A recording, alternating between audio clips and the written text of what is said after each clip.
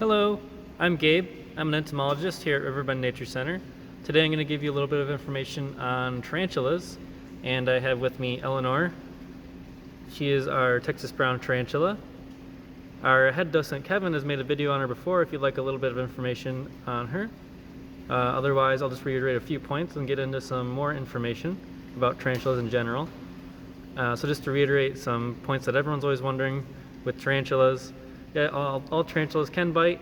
They do have fangs that can inflict a painful bite, but at least as far as Texas brown tarantulas and tarantulas in the United States, their venom isn't going to be enough to do any damage to you. It's not anything that'll be medically worrisome. At most, it can cause some itchiness and maybe a little bit of swelling, but that won't last for very long.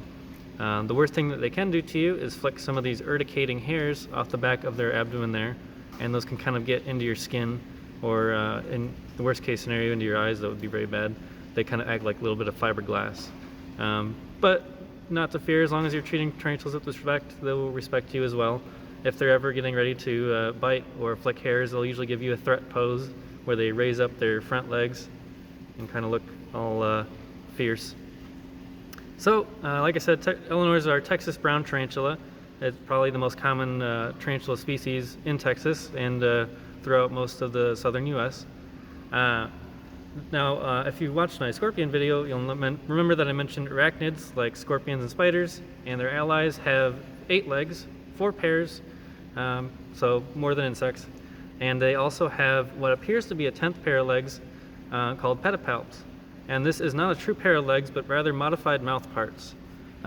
So for scorpions, it was those pinchers. Their claws are actually modified mouth parts called pedipalps. And on spiders, it does look very much like just an extra pair of legs. So these front pair of legs, not pair of legs, these front pedipalps here, these are her pedipalps that she uses to manipulate food into her mouth. So if you ever watch a tarantula eat, they will kind of scramble really close together, and they'll use their front legs and pedipalps to kind of maneuver the cricket or whatever you're feeding them up into their fangs. And tarantulas are known for their fangs as well. They do have some pretty hefty looking mouth parts. I'll try and show Eleanor's here without making her uncomfortable. But they have these large fangs here called chelicera. And tarantulas have some pretty big ones, of course. But all spiders do have chelicera for mouth parts. And tarantulas, they kind of face parallel to the body, and they kind of go down like that. Whereas most other spiders, excluding like funnel weavers and trapdoor spiders, have mouth parts that go in the opposite direction. So Eleanor's a cool spider. She's approaching 20 years old, and I know that's a really long time for any sort of invertebrate to live, let alone a spider. And females can actually live over 25 years. In captivity, at least, they've been recorded for much longer. Males typically don't live quite as long. They kind of start to fall apart after they reach maturity, which in Texas browns could be anywhere after like 7 years or so, or usually less time in the wild. Captivity, they tend to live a lot longer because they don't have to worry about predation. You can find them throughout the summer months in the southern United States, and if you're keeping an eye out, you might actually see them on the road sometime. Males will actually migrate and kind of move to different areas where they think they can find a mate. That's kind of their whole goal in life, is to find a mate and try and reproduce. So they may endanger themselves by crossing the roads and risking predation to try and find a female, even going as far as up to a mile or a mile and a half.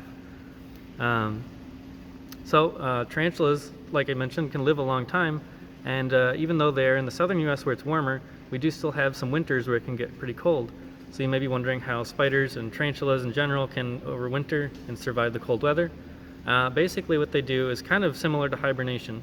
And they're not truly hibernating, but what they do, since their body temperature does get cold when the weather gets cold, is they'll kind of burrow and hide under loose bark and the burrows in the ground, and they may spin, like, not web like a typical orb weaving spider, but some bits of carpet and what we call carpet, like just some web on the ground and around loose bark to kind of hold things together around them. That way they can have some things to insulate them during the warmth. And they'll essentially just kind of stop moving and enter a state of sort of dormancy, where they can be awakened and they can become active if they need to, but they're kind of conserving their energy until the warmer months or warmer weather when they can go out again. Okay, so that's mostly what I have for you on spiders and tarantulas for today. I hope you enjoyed taking a look at Eleanor and learning a bit about more about tarantulas. So stay tuned, and I'll see you again soon.